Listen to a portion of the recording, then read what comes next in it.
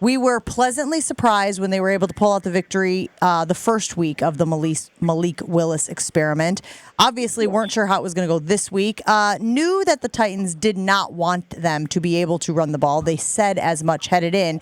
What was your reaction to the Packers walking out of there with their second straight victory with Willis under center?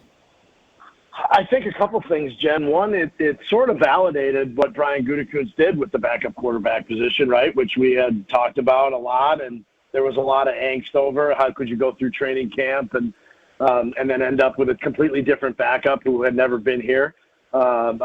If you would have said to any coach or GM, you can give me a 7th-round pick for 2 victories, you'd take that in a heartbeat. That's essentially what happened. And then you got to say that, we talked about it a little bit last week, but Matt Lafleur, Adam Stenavich, the offensive coaches, did a heck of a job with this guy and did a heck of a job with the game plan and figuring out, how to make it work. And I thought if they won one game, however many games Malik Willis had to play, if they played one or if they won one, I thought that would be a positive. And, they're 2-0, and it's likely that Love will be back next week. As well as they've been able to run the ball these 2 weeks, Rob, do you think that is something that's going to carry over for the rest of the season, and maybe there's some really good balance to this team now that they know they can be this efficient running the football? Lafleur he basically said as much yesterday. He was asked about that very thing. Is there anything that, that sort of translates when Jordan comes back? And he said, I think you're always learning. If you're not, you're dying. There's a lot to learn from these experiences. I do think having the ability to be balanced puts a little bit more stress on the defense. So, if you don't take some of what they did here and incorporate it, then you're probably cheating yourself. So I think there were some things they learned about how to play that takes some stress off of Jordan. And, look, they have running backs that can handle it right now. They have running backs that are healthy. I thought Emmanuel Wilson playing 26 snaps yesterday. Last year he didn't play more than 8 snaps in any game last year as a rookie. Played 26 yesterday, and obviously was effective in both the screen game and the run game. So they have guys that they can get the ball to on the ground. Rob Demovsky joining us from the Detroit airport as he breaks down the Packers' victory yesterday over the Titans. The defense had 8 sacks, 2 interceptions, 1 pick six. I had no idea that 𝘾𝙃𝙀𝙀 Alexander had never taken one back to the house in his college or NFL career. So high school. High school, he said, was the last one. Crazy. I was surprised with that. What do you think is the biggest difference with this defense this year? Is it as simple as Jeff Hafley letting them play, be more instinctive? What do you see as the biggest reason this defense has had success early this year? I mean, Jen, if I had to if you said he had to have one reason, I would say Xavier McKinney. And I know his pick yesterday was kind of in garbage time, but it's still 3 picks in 3 games. And he has set the tone for this defense, and it's so different than the safety position last year. Like, it's not just the addition of Xavier McKinney; it's what you got by getting rid of what you had before. And to me, that's like the biggest single upgrade and the biggest reason that they're making a difference. I think is that the safety position totally revamped. McKinney's a leader; guys respect him. 𝘾𝙃𝙀𝙀 respects him. Like 𝘾𝙃𝙀𝙀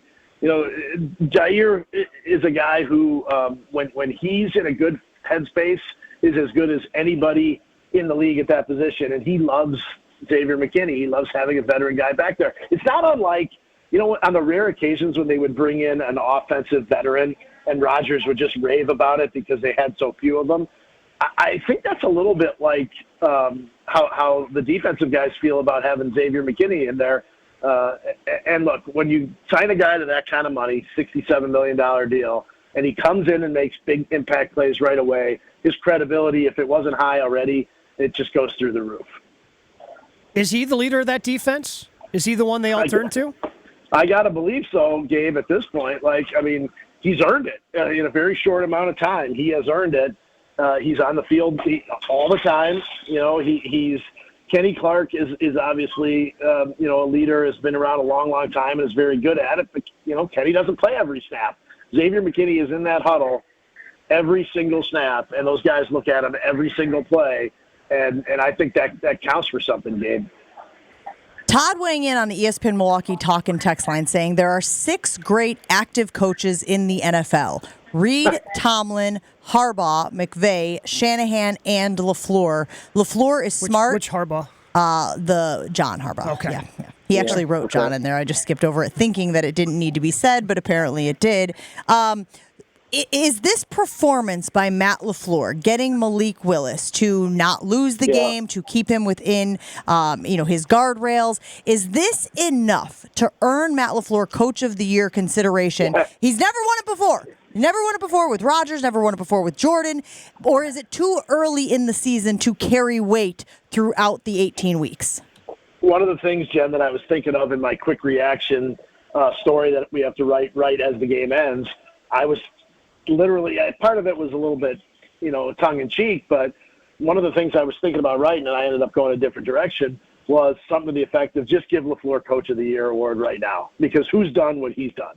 And he reminded us of that with one of his comments about you guys have no idea, what we did or how this, how difficult this was for Malik Willis and on and on and on.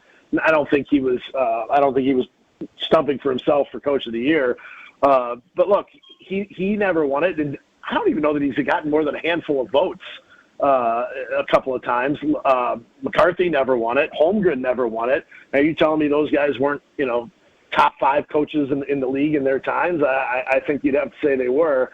I would hope that if people care about those kinds of things, and I'm not necessarily huge on those awards, but if you're a person that cares about those things, I would think this went a long way toward establishing Matt LaFleur as a prime candidate for that, and I think deservedly so.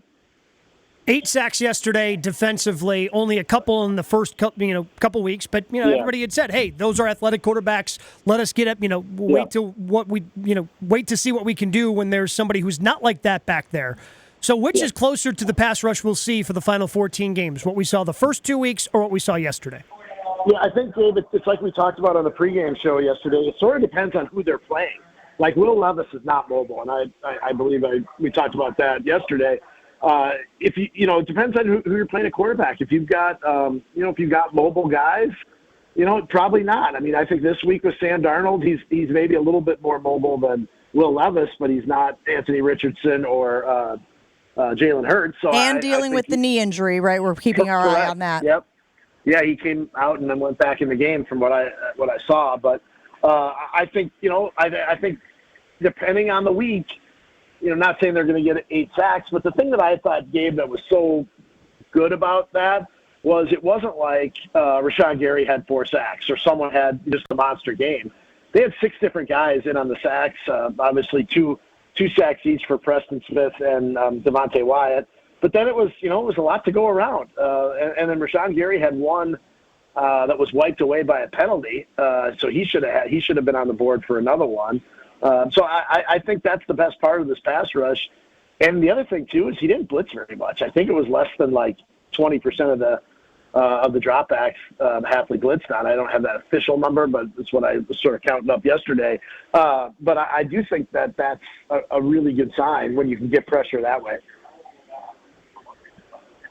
Rob, we appreciate you hanging out with us this morning. Obviously, a very happy, a very joyful, if you will. I'm just pulling that word out of nowhere, just random. Joyful day here on Jen, Gabe, and Chewy as we celebrate a Packers victory. Have a great one, sir. Real quick, Jen, a lot of the players' girlfriends and wives were on my flight from Nashville to Detroit, and they were very loud. They were in a very good mood. So good for them. They enjoyed their early morning flight.